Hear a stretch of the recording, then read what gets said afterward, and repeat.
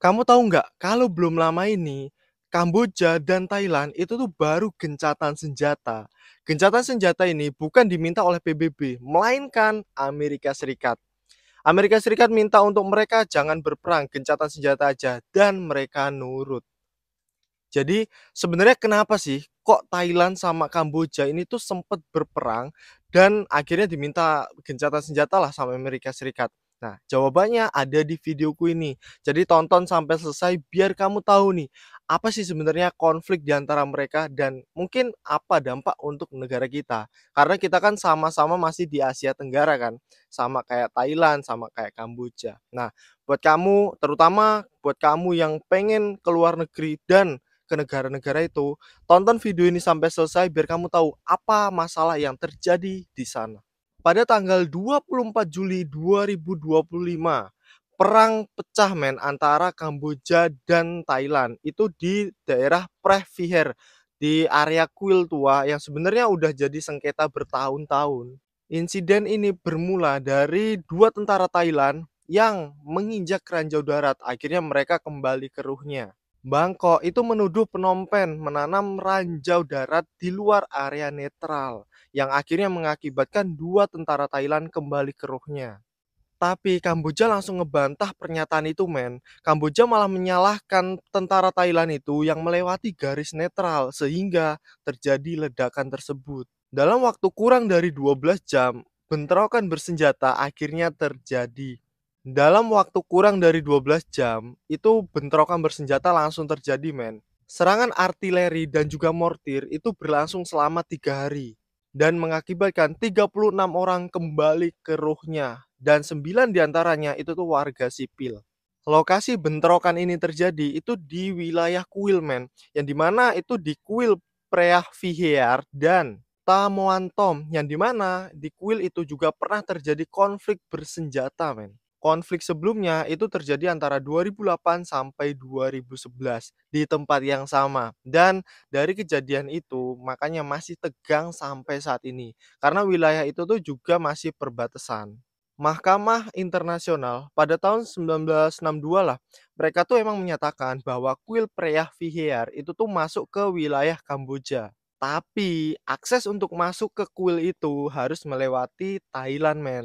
Jadi semisal kalau ada pergeseran batu batas itu bisa aja jadi alasan untuk terciptanya atau terjadinya perang.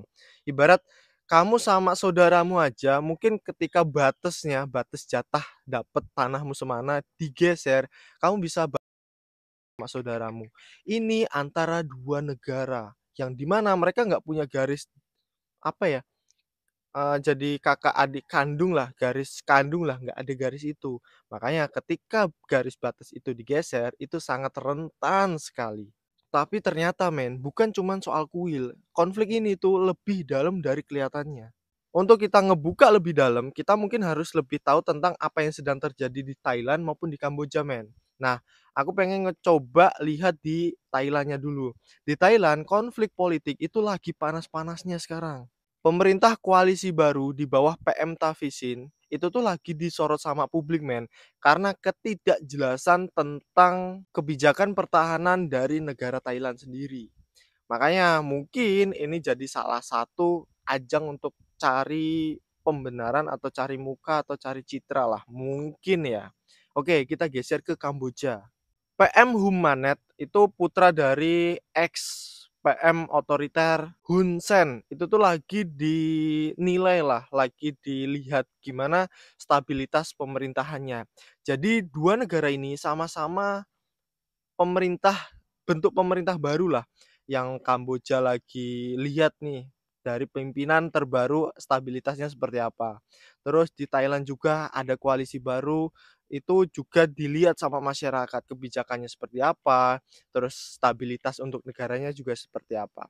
Jadi mungkin ada ego di antara dua negara tersebut. Ingin menunjukkan bahwa negaranya lebih bagus, lebih aman, lebih stabil. Jadi perang kecil di perbatasan seringkali jadi pelampiasan nasionalisme, padahal dia nggak bisa ngendaliin atau nyelesain masalah di dalam negerinya.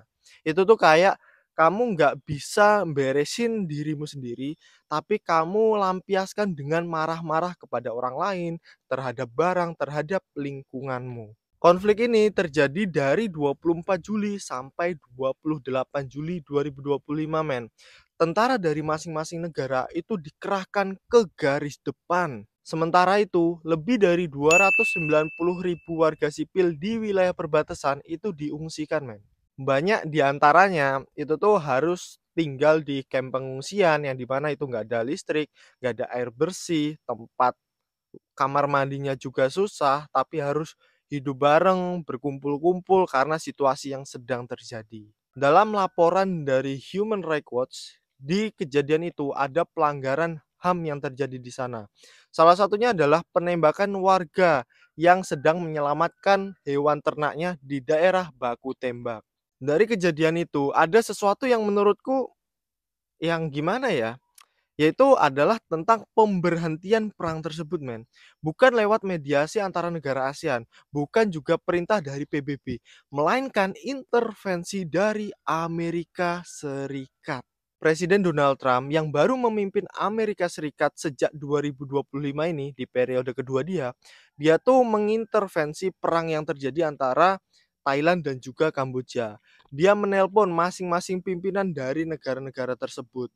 Dia menelpon melalui saluran tertutup, tapi ada beberapa kanal berita yang bisa dapat bocoran percakapan itu. Amerika Serikat bilang bahwa jika perang ini tidak dihentikan dalam 48 jam, Amerika Serikat akan menunda kesepakatan dagang dan bantuan militer untuk kedua negara tersebut. Dan ancaman ini manjur, men. Akhirnya kedua negara sepakat untuk gencatan senjata pada tanggal 28 Juli 2025 jam 23 lebih lah, hampir jam 12 malam, hampir tanggal 29. Setelah itu gencatan senjata tidak ada konferensi pers, hanya ada laporan dari berita luar negeri yang menyatakan bahwa mereka akhirnya gencatan senjata. Jadi kesimpulanku ya, konflik antara Thailand dan Kamboja yang terjadi pada Juli 2025 ini bukan hanya tentang konflik bersenjata doang. Ini adalah pelajaran pahit bahwasanya ego, sejarah, politik itu bisa menyengsarakan banyak orang, men, banyak warganya sendiri. Dan ironisnya, gencatan senjata atau perdamaian itu bukan terjadi karena kesadaran dari dua negara. Karena mereka pengen keselamatan untuk warganya, mereka ingin warganya jadi lebih aman, lebih lebih apa ya, lebih sejahtera. Bukan karena itu, men.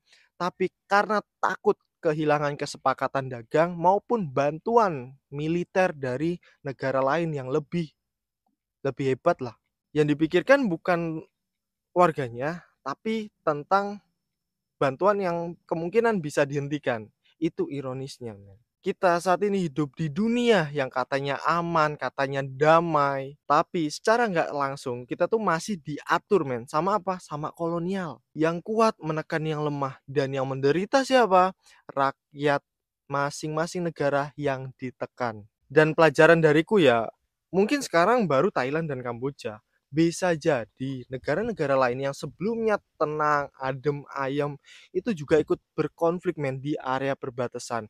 Entah mereka benar-benar yang menciptakan atau ada negara atau pihak lain yang intervensi agar kejadian itu terjadi. Makanya jangan sampai Indonesia kita terpecah belah dari dalam. Cuman karena perbedaan pilihan, perbedaan pendapat kita akhirnya bermusuhan dengan saudara kita, dengan teman kita.